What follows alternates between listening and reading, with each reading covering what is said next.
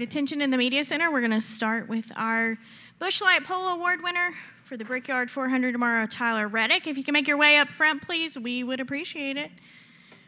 All right, as media make their way, Tyler, we'll go ahead and start off with you. Tell us a little bit about coming back to the Oval this weekend, obviously to run the Brickyard 400, but also tell us what that lap was like from your vantage point.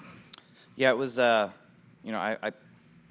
was one of the last cars to go in Group B, so I watched, a lot of drivers in round one have issues in turn 4 and a couple other areas of the racetrack. So obviously, it definitely seemed like it was easy to overstep the boundaries. So obviously, I wanted to put down a good lap in that first round, and it was a very solid lap. So we knew we had a solid car, and it was going to be important to make the right adjustments and back it up in round 2.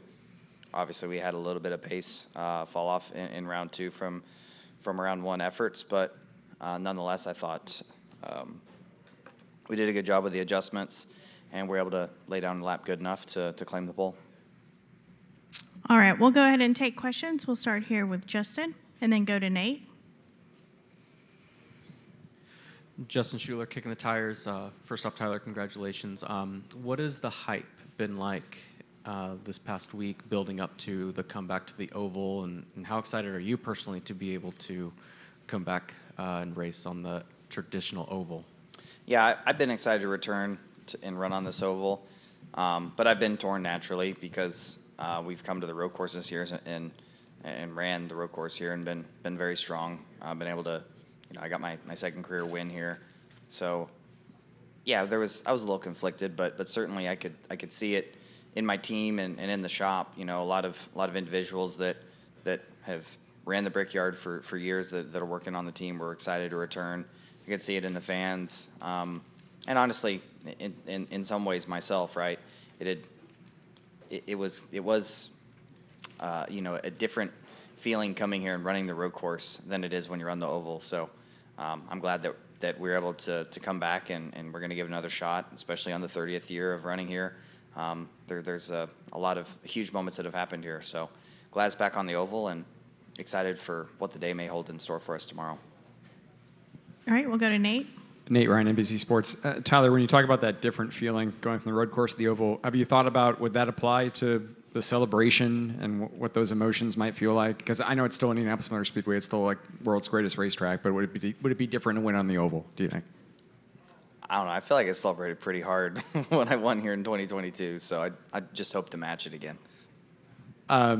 Yesterday, Alex Bowman was saying that during practice you ran him down from a far distance away, but when you got to him, you couldn't really do much. So are you expecting, track position, starting up front obviously is huge, but are you expecting it to be that way tomorrow? Is it too early? Do you have a sense of, can you make an outside pass if your car is as fast as it is on a slower car? I think, when cars are kind of stacked up with one another, there will be opportunities to pass, but I think of it like what we had in practice where cars are pretty strung out and not really running in traffic for long periods of time, tight traffic. The tires hold on better. They're not as, I think these tires have shown to be sensitive to heat more so than wear, and it's kind of a peek at what it could look like, but I do expect when we're packed up that, like we saw just today in qualifying, I think it's easy to make mistakes. When those mistakes happen, drivers will have opportunities to pass. That's how I'm looking at it. But certainly I think, if you take, 5 of the strongest cars and line them up, I think it would be really hard for the guy in 5th to make, a charge and get through all of them. You're really counting on somebody to make a mistake, get too aggressive, lose the nose, or get loose to really make a move. All right, go ahead. Because it is a track position race, how important is it then to start on the pole? It's a big deal. Just starting towards the front is huge, but any additional spots we could get, once we were inside that, 7th, 8th window, I think was going to be huge for stage points in the beginning, if it plays out somewhat naturally. But also just pit road here is narrow. These cars are wider than the Gen 6 car, and the Gen 6 race here that I was a part of, pit road was pretty sketchy already. So I expect pit road to be pretty chaotic for a majority of the field. and us having the option to choose first is going to really help us, I feel. And when the boss is racing right next to you, is there a comfort level that goes away quickly because he switches quickly from Denny the owner to Denny the driver? Well,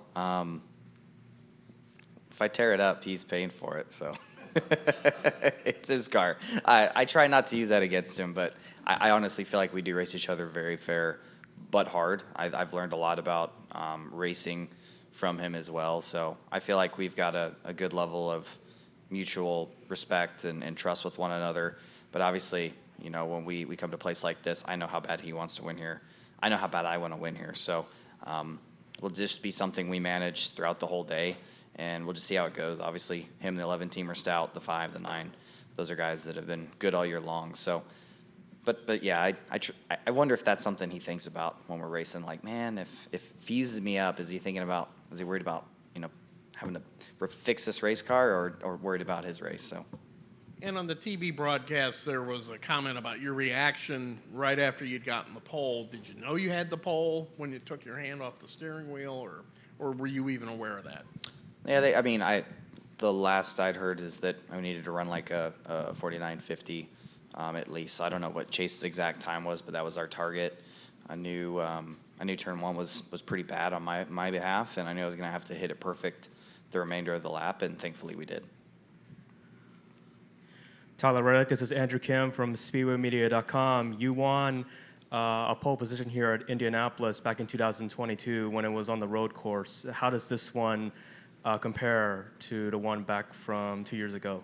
I feel like it's equal of importance for sure, but it certainly felt like in 2022 we were very, very strong, and the margin of error to lose the pole was greater. So I knew we had to be really close to perfect today. I still wasn't, honestly, but you know, we did a good enough job the rest of the other 3 corners to be able to capture it. So I feel like both are just as important as the other in regards to your race the following day. So it's a great thing that we were able to accomplish today. Also in that race back in 2022 was where you also went on to win the race, and being the fastest now for Friday's practice and now getting the pole today, how do you look at your viewpoint for tomorrow's race? Yeah, we got a good opportunity in front of us, but we know that, you know, a lot of the guys that are right there behind us are really good at making overnight adjustments and doing what they need to do. I mean, you look at guys like the 12, what they did at Pocono this past weekend, jumping onto a different strategy, put him in position to be able to win the race at Pocono. So we have to be mindful of all the potentials for how the race unfolds tomorrow, but certainly having track position in the beginning can get you stage points. All right, any final questions? All right, Tyler, congratulations. Thanks for joining us. Thank you, guys.